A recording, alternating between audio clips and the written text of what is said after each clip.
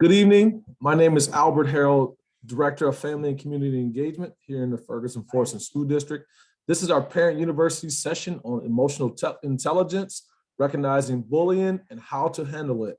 Today, we have one of our esteemed social workers in our district, Mr. Tim Merritt, and he will lead us tonight in our session on emotional intelligence, recognizing bullying and how to handle it.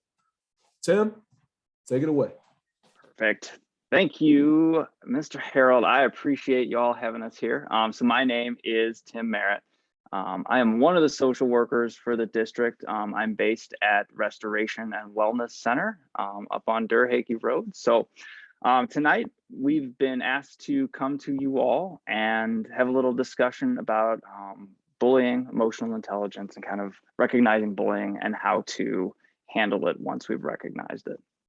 So that said, let me just get this going here. So a lot of this presentation was put together by another social worker, Ms. Linda Partee. She is our middle and high school social worker and does quite a bit all around the district. So tonight, what we're going to cover, a little bit of background info about what bullying is, the definition of it and how it affects people, types of bullying behaviors, key players in bullying situations, then the warning signs, what to look for, what to do when we see those warning signs of bullying, and then some additional resources for families. So digging right in, a little bit of background information about bullying. So national research has demonstrated that about 20% of students are bullied each year. So that, to put that in perspective, that's about 1 in 5 high school students, which, is a troubling number when you really break that down. Female students are bullied at a much higher rate than male students. Students who identify as LGBTQ are often bullied at a higher rate than their heterosexual counterparts. And then bullying is most prevalent, believe it or not, in middle schools when you compare that with high schools and elementary schools. And then just taking a second to kind of break that down even a little bit more. So we know that 1 in 5 students are bullied in school in the last year. But when we actually look at cyberbullying in particular, with the use of digital devices like either laptops or their phones, about 1 in 6 high school students have reported bullying in the last year. And we may even see that number rise up a little bit more with the amount that students have been online over the past year. So that's something that we really need to be paying attention to. So bullying is associated with long-term physical, emotional, and psychological struggles, as well as academic struggles for the targets of bullying. So the students that are on the receiving end of that bullying, they expect to see effects that are not just immediate, but long lasting into adulthood. For students that do the bullying, we see an increased rate of incarceration for those students, both in youth as well as when they grow into adulthood. There's a decreased sense of safety and security for bystanders. So that means for the people that are around, our community. When we think of our schools, when we think of all of the places that our students congregate, when bullying is happening and bystanders are there, it brings that level of safety down. People don't feel as safe, they don't feel as secure in their community. So long story short, even though they may not be the direct person being bullied, the act of bullying, the simple act of bullying impacts everyone. So what actually is bullying? To define bullying, we got to look at 3 different conditions that have to be met for behavior to qualify as bullying. These 3 conditions are, the first one is unwanted aggressive behavior or an intention to harm.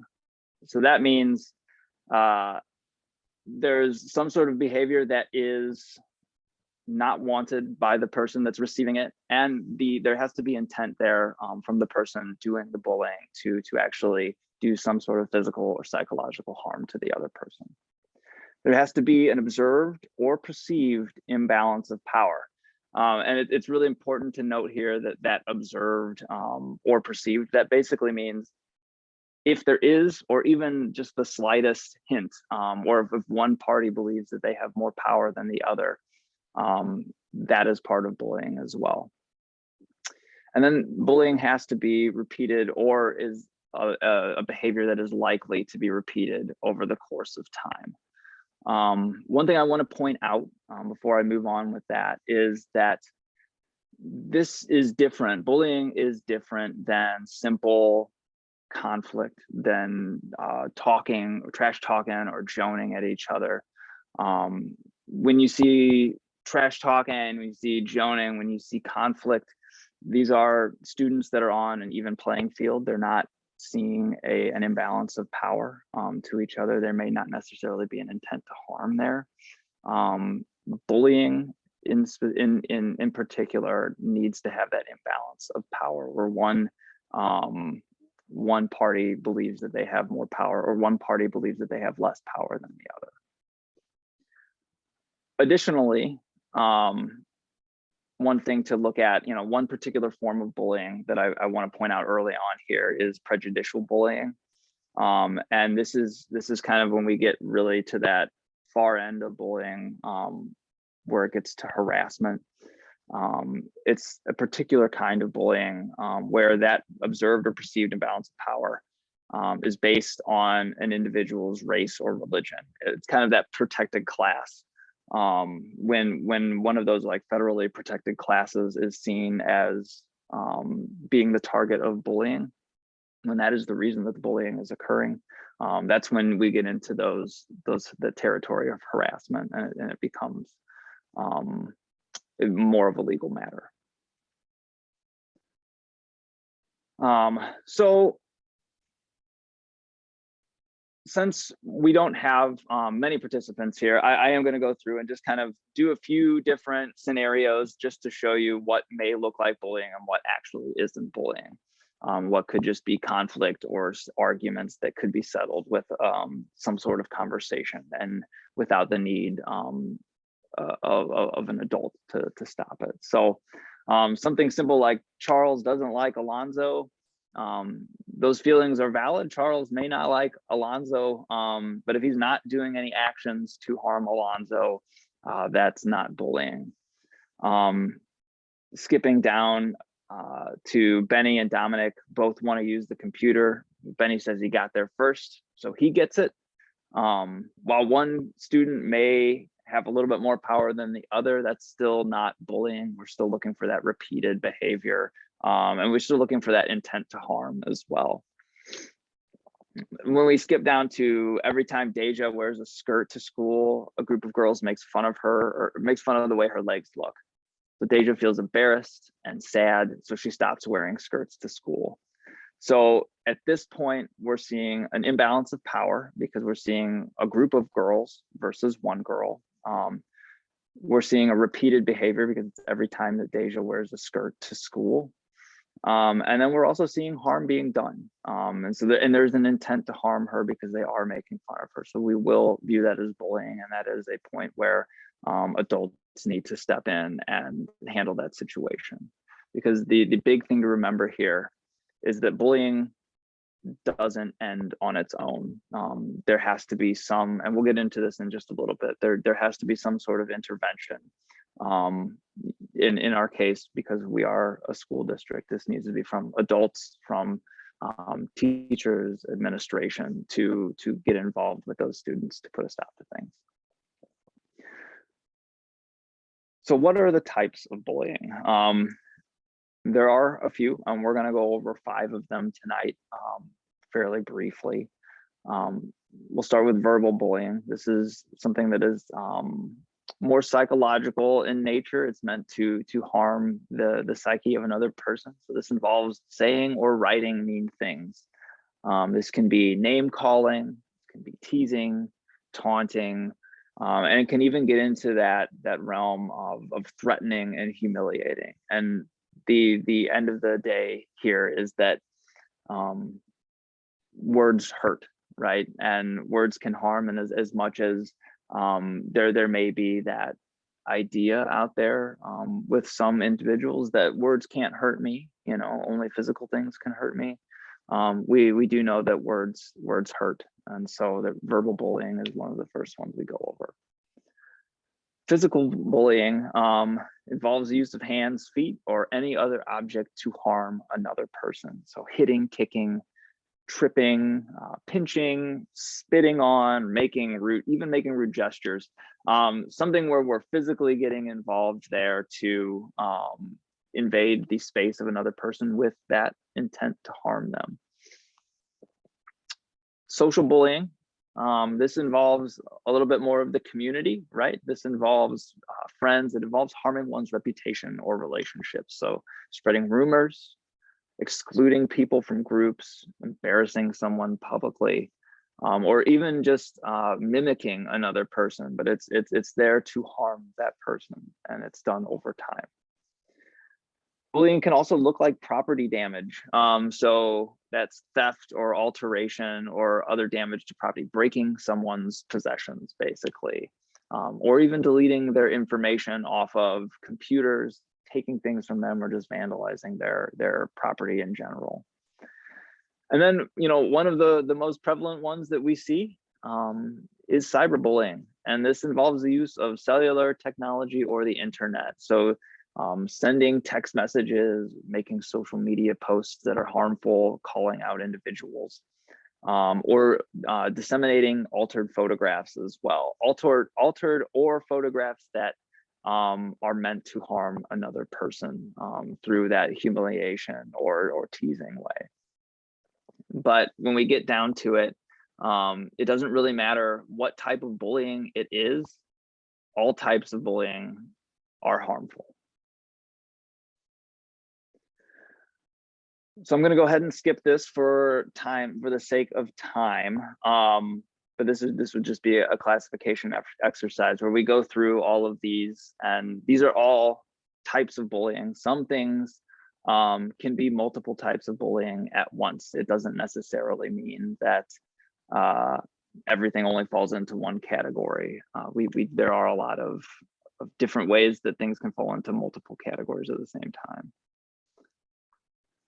So now that we know what bullying is and kind of what it looks like, let's talk about the people that are involved, because at the end of the day, this is a people-centered problem. So the key players, the student that's the target of bullying. So in the past, and in a lot of publications, you may see this referred to as the victim. And I want to kind of make a little note here on the shift in language. So I'm saying that this student is the student who is the target of bullying, as opposed to a victim. And the reason that we say this is we want to get away from labeling the people involved, because the people aren't the problem here. The behavior is the problem, and people are not identified by their behaviors. They're not identified. We don't want to identify and define people by the things that they do. Because often children can play all three roles in bullying situations. So the person that is doing the bullying may be being bullied by someone else. The person that is on the receiving end of bullying may be bullying someone else. And at any given time, they may also be a bystander to other bullying. So it's just important that we aren't defining people by putting the terms of victim or bully on them, because there are often many other roles at play here. With that said, the target of bullying is often singled out for a characteristic that departs from some norm in the community. So as I said before, there was that prejudicial bullying, so that protected class, but we can also do this on body size or their appearance. An individual's sexuality could move them from the norms of the community. Could be bullied by gender identity, their abilities in school, their race, ethnicity, or national origin, family income, disability, or special needs. It can be any number of things, and there is no one reason why someone could be the target of bullying. And targets of bullying often don't ask for help. You know, this can sometimes be seen as a shameful thing, or a student may feel shame for being bullied and they want to handle it themselves. They don't want to feel weak, because that's a very vulnerable position to be in. And they also may look at it socially and don't want to be labeled as a snitch or a tattletale, because that could then put them on the receiving end of more bullying, or just any other backlash or rejection that happens. They may feel embarrassed about it. And, you know, one of the other, you know, side effects of bullying is that students often feel isolated, and they just don't think that anybody cares or could possibly understand. So often those students that are the targets will not ask for help. And we will get into in a little bit the ways that we can address this when we see or believe that someone is being bullied. So another key player in bullying is the person that engages in bullying behavior. So we used to refer to this, and some other publications, you'll hear this commonly referred to as the bully, or as the perpetrator. Again, I want to note that we just don't want to label them as a bully or perpetrator, because often people that show bullying behavior are targets of bullying themselves. And we just don't want to define people by that role. So the person that engages in bullying can be anyone. They can be male, they can be female, or they can be non-binary. And so what we know from the data that we have is that females are more likely to engage in that social bullying, that bullying that's more in the community, the bullying that is using friend groups against individuals. And that males are more likely to engage in physical bullying, that invading someone else's space, getting up close. So people that engage in bullying behavior often have a lot of friends. They can be popular people. They have strong leadership skills, you know, and they're often good at controlling and manipulating social relationships. There are some that are motivated by that power and control. Remember, we have to remember that imbalance of power, whether it's real or perceived. For some individuals, having that control, they may bully because this is the only place that they're feeling that control in their life. They may need that power because in other places in life, they may not feel like they have any power. So we can see that motivation occur. And the big thing to remember here for people that engage in the bullying behavior is that they will not stop if the behavior goes ignored by adults or peers. And so it being ignored, it being cast aside by friends, by the adults that they trust, or just adults in general,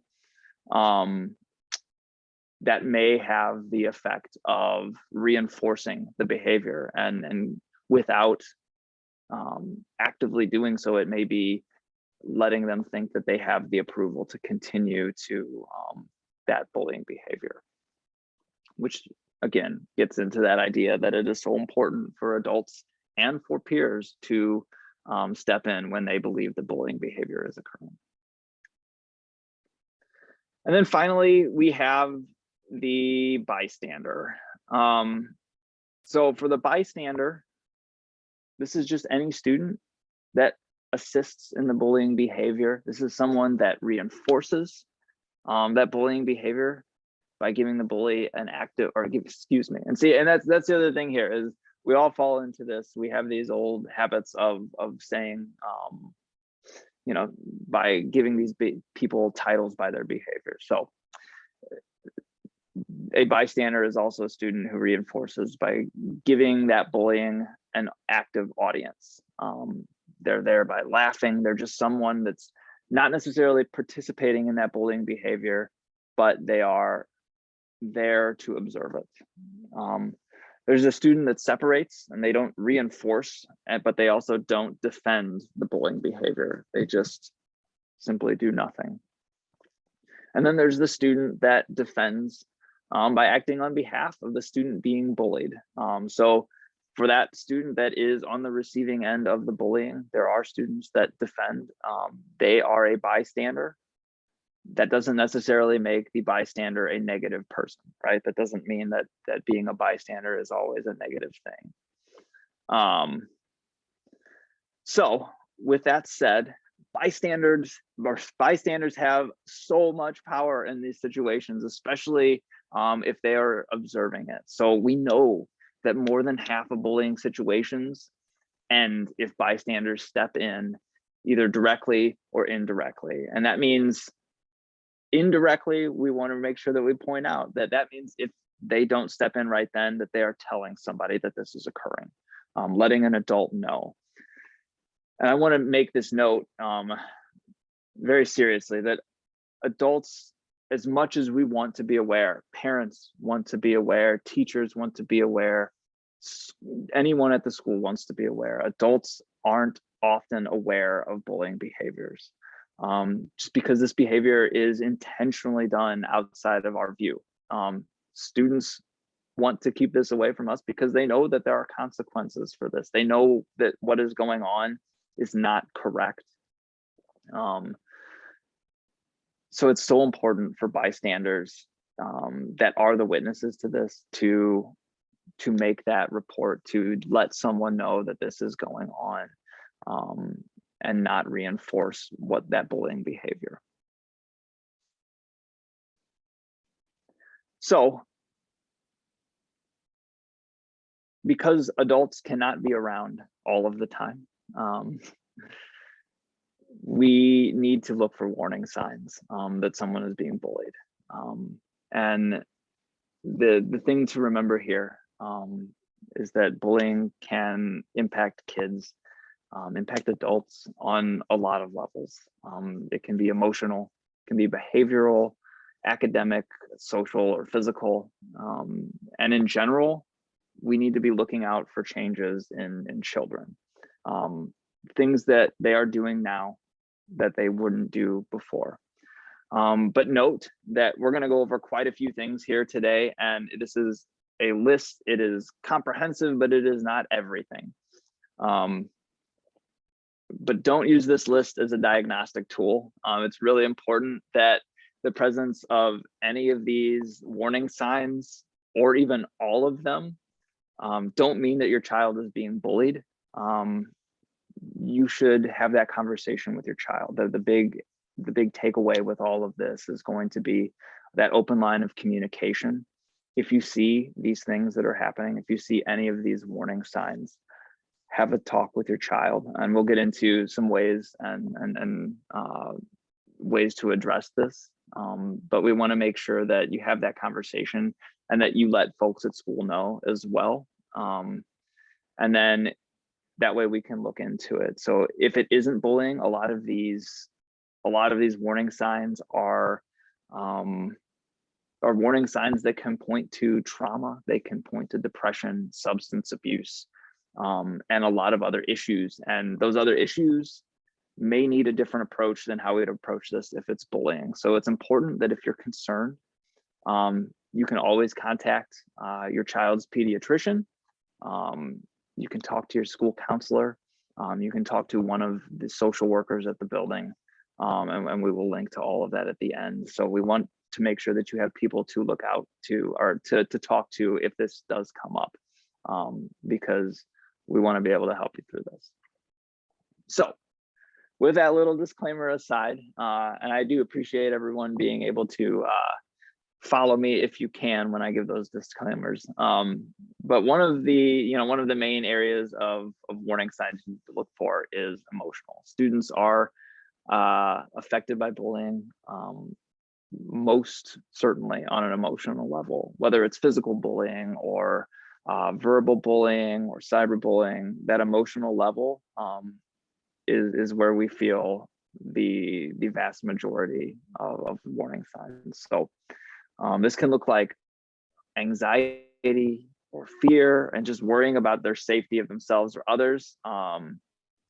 For smaller students, for our elementary school aged kiddos, that may look like an increase in clinginess. They may want to be closer to you and not get out of the room, or clinginess to another adult, because there is safety there. It may be worrying about recurrence of or consequences of violence. So they may be worried that things are going to keep going on if they've said anything. There could be an increase in distress or irritability for our little kids. Again, in elementary school, it could be looking more like whininess. They just may be a little bit more irritable and whiny about things, but out of the norm. They could have discomfort with their feelings, where you start hearing them talk more about revenge, talking more about getting back at people. Hyperarousal, that's that state. We see it in a lot of trauma, students with trauma, but it's that state of the brain constantly trying to be aware. It's that survival mode of the brain where it is just always on high alert, looking for trouble, right? And so that can then manifest in agitation. It can be sleep disturbance, or just really being startled easily. Kids may have, they may be making statements about death or dying. They may have more questions than usual about death or dying. Focusing on details of what happened, if they've talked about bullying in the past, or if any specific event has occurred. They may be emotionally numb. And if a fight has happened, or if someone has said something to them, they may seem to have no feeling about that event and really not display any feelings toward it. There could also be the re-experiencing of trauma. This is nightmares, or just having constant recollection of these traumatic events during the day. Kids could have helplessness, feelings of helplessness, decreased self-esteem. They could be having trouble sleeping. Or, one of the most severe is self-destructive behaviors. So you may see an increase in running away from the home, or in students that have never had that urge before. They may express a desire to run away. They may talk about or start self-harming, or be talking or thinking about suicide.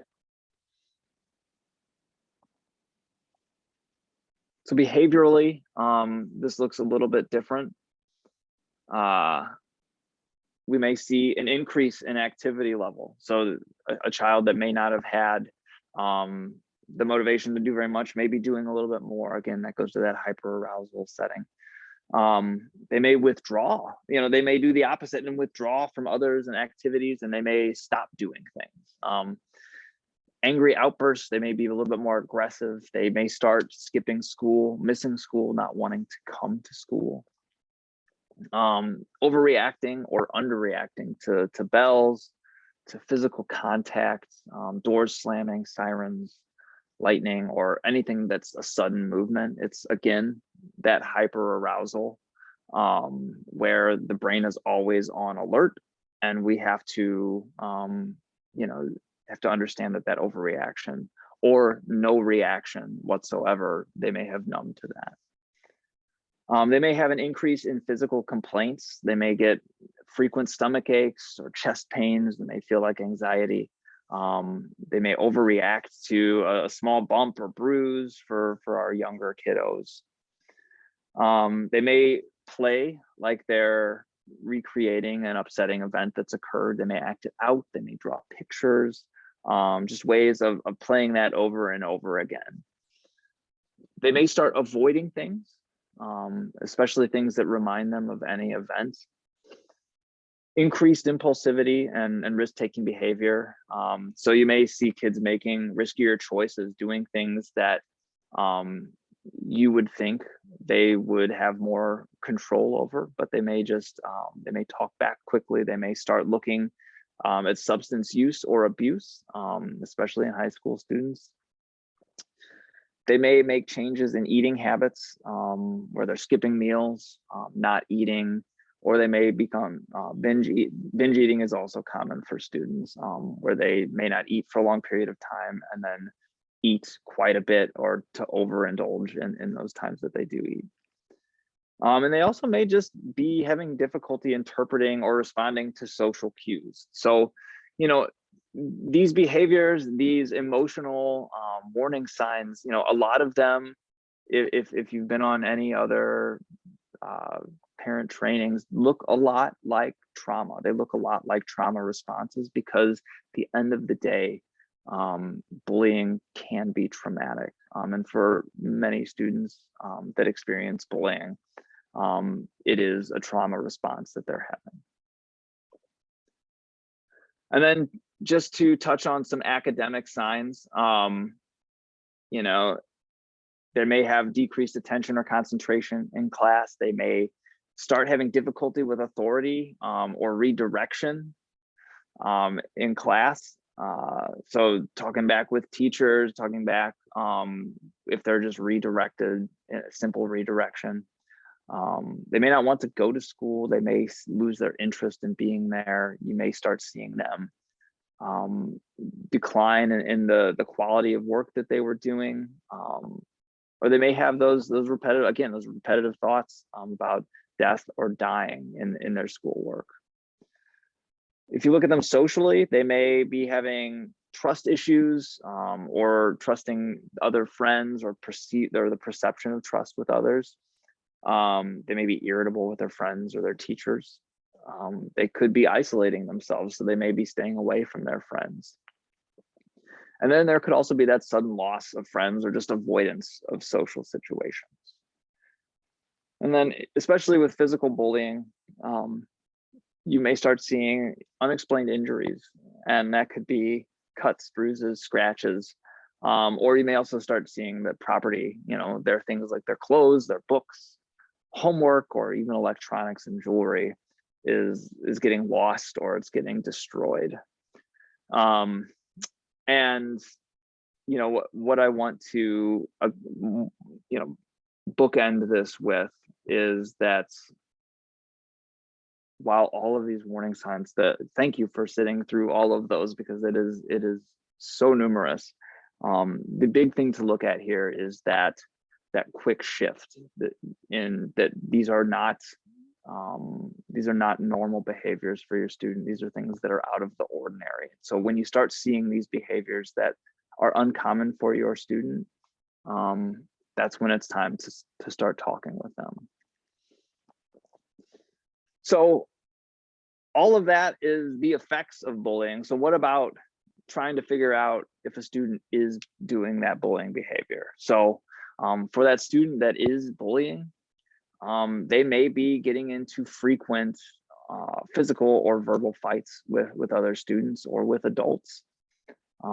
They may have friends who bully others. We know who our kids have friends with or are friends with, and so we may know some students that are bullies. Are they hanging out with them? Maybe that student is becoming increasingly aggressive over time. You may start seeing them have frequent disciplinary referrals. You may start seeing them come home with more money than what you think they should have, or new belongings where you're like, I don't know if I got that for them. I don't remember buying that. You may start seeing students that are bullying blame others for the problems that they're having, not accepting that responsibility for their actions. And then, they're getting increasingly competitive, or really, really, drastically worry about their reputation or popularity. So if we see all of these things with students that may be doing the bullying behaviors and students that may be on the receiving end of the bullying behaviors, what do we do about that? And so the biggest thing that we can do is prevention. And the big thing here, it's important to remember that bullying isn't just kids being kids. It's not, well, they need to kind of grow up and learn to be tough. There's a number of reasons that kids bully.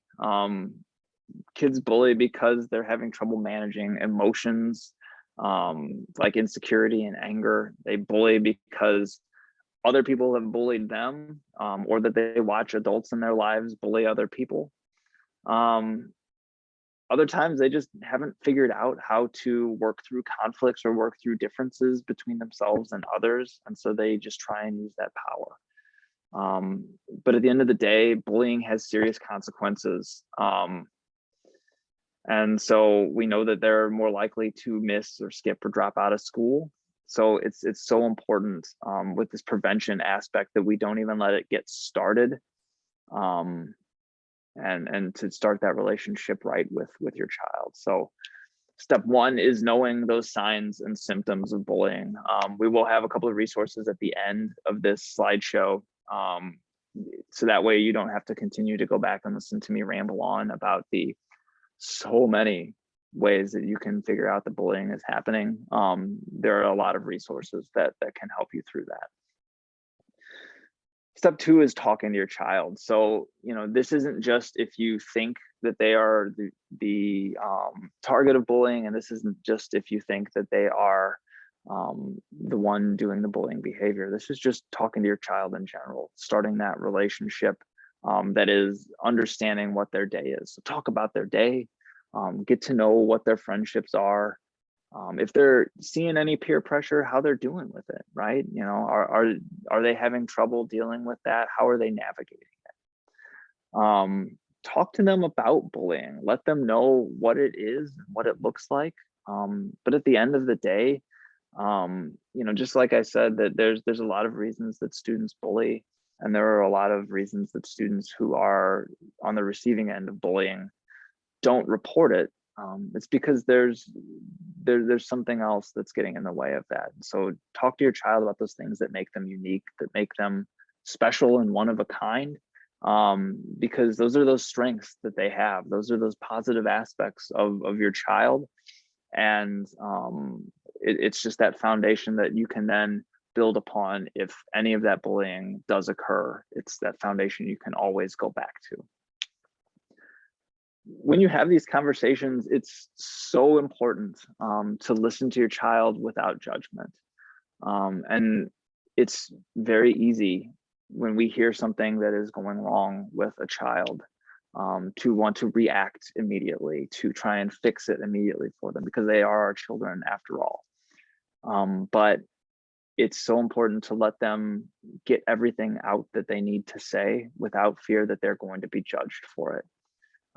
Letting them speak their truth, speak what's happening from their perspective, so that way they trust that whenever they have to say something to you, even if they start without talking about anything negative, they want to know that they can trust you and that you're going to let them talk,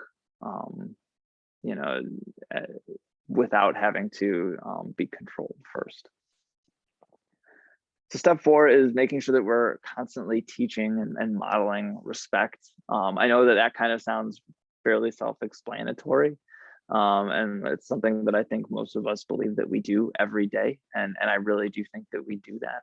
But it's just making sure that we are being kind and that we're making the people around us feel welcome. It's building those positive relationships, building people up.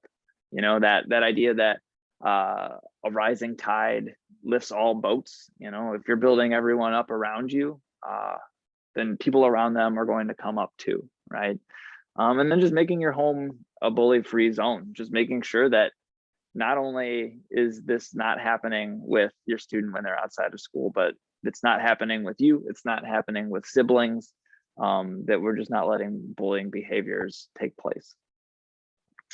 Step five in the prevention process is teaching and modeling assertiveness. And I want to make sure that we say that this is assertiveness and not aggressiveness. So this is assertion, not aggression. Assertiveness is standing tall. It's making eye contact, having confidence, and using that strong and clear voice to hold your boundaries, but also speaking respectfully to that other person. And then at the end, setting those boundaries with technology. As I stated at the beginning of this, cyberbullying is such a massive issue. Setting those boundaries with technology and letting students understand when is an appropriate time to be using things like social media or texting, and when it's time to put it aside for something else. So as we know, we can't prevent all bullying, and we have to react to things that occur. So it's important that we also know what to do when it's happening. So if your child is being bullied, we want to make sure that your child you are able to patiently provide that time and space to talk about what's going on. And if you are unable to provide that, then make sure that someone that they trust, an adult that they trust, is able to take that time with them, and it's an adult that can do something about it as well.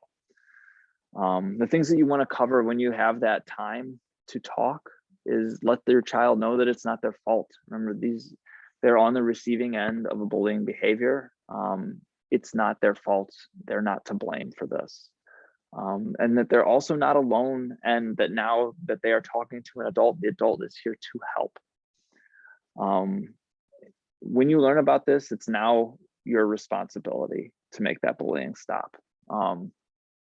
It's not necessarily your responsibility to go to the other student that is doing that. It's your responsibility to find the right people to make that bullying stop. So if it is happening at school, letting the school know, reporting that to the school so the appropriate consequences can be handed out, as well as so it can be addressed through our ways here. And just so we know that it's not happening, so that we know to address it so that it doesn't happen while they're here.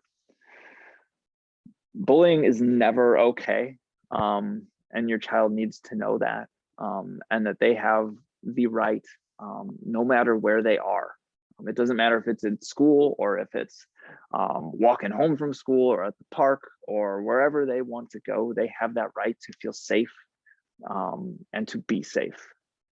No one deserves to be bullied, and that all children deserve to be treated with respect. All people deserve to be treated with respect.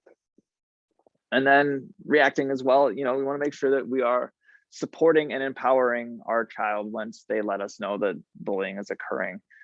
That's coming up with an action plan. So that can look like having them spend time with friends who make them feel good about themselves. It's about these things that can positively prop them up, so they keep doing the things that they love to do.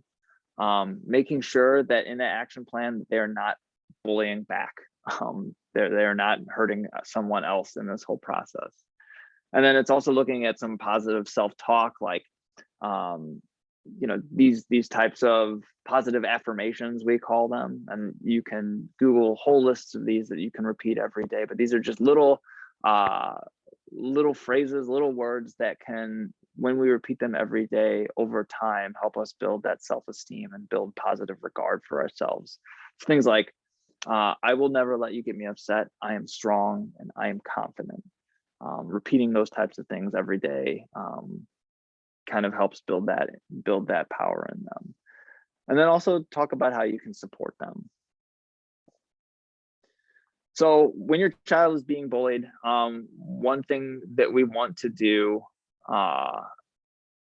is we want to avoid telling them to stand up to the person who's bullying them or telling them to challenge them to a fight. It's so easy to do that, but this is one of those situations where someone can possibly get hurt, or worse.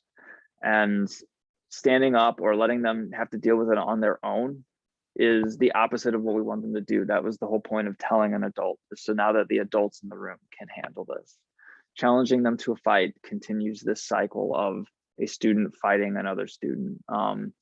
And there's often, social repercussions that come along with that. And it can lead to more bullying. Don't tell your child to ignore the person who is bullying them. So we want to make sure that when you take their child out of that equation and they ignore the person that's doing the bullying, that sometimes can make those bullying behaviors increase, and it can increase the likelihood of physical bullying to occur. And then also avoid taking matters into your own hands. It's so easy to want to do that, but there are many avenues to take that we can help to address the bullying behavior, while also address, because we remember bullying behaviors often happen because of something or something going on in the environment of the child that is doing that bullying. And there are avenues that we can take to both issue consequences to those students, but also help them understand that those bullying behaviors are unacceptable and how we can help them as a human being grow from that. It's important that we document. So write down the steps that you've taken with your kids or that you plan to take. And if anything, there's any evidence of the bullying going on, record as much as your child has to say. Write things down. If there's anything that's digital, take some screenshots. If there's emails, save those. And then think about and then make contact with anyone who should be involved. That means if it's happening at school or outside of school with another student, let the school district know. That means the principal, let that principal know of their building. First and foremost, you can report it through our PSST on the district homepage for anonymous reporting. You can report it to their teacher, social workers, their counselors. Let the adults in that building know. If law enforcement needs to be contacted, let law enforcement know. This is your discretion. This is, where you feel that it is occurring. Bullying can often be that severe that law enforcement needs to be involved. Let other family members know so they can help support. And then if your child needs any other mental health services, again, want to state that if you do need some help finding those resources, social workers are here for you to definitely pick our brains, and we can come up with a wealth of mental health services. And then make sure that you follow up with your child. You continue to have those conversations and with the school to make sure that the school is holding up their part. So if your child is bullying something or bullying someone else, make sure you talk with your child about that bullying behavior. And make sure they understand why it's a problem. Let your child know that both you and the school are taking bullying very seriously. And that means that there could be consequences for what's occurring. Work with us, work with the school to determine the appropriate consequences and opportunities for your child to make amends or repair the harm. Because that goes to that restorative practices piece that we look at as a district, that if harm is done, especially if you know that your child has caused harm to someone else, how can we repair that harm? What can be done to make amends to the other child that has been harmed or the community as a whole? Because remember, bullying affects everyone. Again, following up with both your child and the school, and then just making sure that we offer advice. And if you offer advice, that advice can look like asking someone to help you stop bullying. So finding other adults in the building that are going to help hold your child accountable. Learning how to accept no for an answer without getting upset or angry. It takes a little bit of practice, but it's one of those things that can be reinforced over time.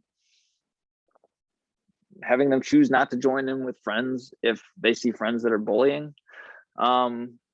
Remember that idea that we want to help people instead of hurt. And then lastly, that idea of the acronym THINK, THINK. So think before speaking. So is it truthful? Is it helpful? Is it inspiring? Is it necessary? And is it kind? And I like to really, this is hanging up in my office, and all of my students see this, and we go over this almost every day, because I really hit hard on that K at the end. Is it kind? And if you can't say yes to all of those in the acronym for THINK, then maybe it's something you don't want to say. So if your child is a bystander and sees bullying occur, it's important that your child knows how to recognize bullying. We want to teach our kids how to help if they see it. Let them know that they can be a friend to that person that's being bullied. And if they see something, that they should say something. And again, that comes down to that idea of students not wanting to be seen as a tattletale. They don't want to be seen as someone that is letting the secrets out. But adults can't know if students don't say something, and that means telling other adults that this is occurring. And then teach your child also how to save the evidence of cyberbullying if they see that occurring, and make sure that they are not part of that chain that is sending or forwarding any harmful messages. So here are our sources that we got most of this from. The big one that I want to highlight is a lot of this is from the APA, the American Psychological Association, as well as PACER's National Bullying Prevention Center. PACER is a really great resource to look into. So pacer.org has a wealth of knowledge for parents on bullying and how to actually have those conversations with your child. Additional resources, so pacer.org is fantastic. Stomp Out Bullying is a way to kind of look at how we can change our communities, change our culture, especially in our schools. Stopbullying.gov is a federal website for bullying prevention. And then PSST World, that's on our district website. If bullying is occurring and you want to be able to report that, please use that, and it can be addressed through that. And so finally, I believe that's everything that I have to say. I really appreciate you all taking time to listen to me talk about this tonight. This is something that that is near and dear to my heart. I really believe in the prevention aspect of bullying, and just being able to have those conversations with our kids, to just have those real conversations. So thank you all so much. Additionally, just shouting out to the social work team. If you do need anything from social workers, you would like more resources on this, you can find it at the social work page on the district website. All of our contact information is there. Hit us up as much as you want. That squeaky wheel gets the grease, so we'll get to you. And also I want to thank Mr. Harold for all of this, because this is fantastic. We love that this is a massive resource for our families. So we thank him for putting this together every month. Thank you, Tim. I really appreciate your time, especially, it's cold outside. We didn't have school today, and, I'm going to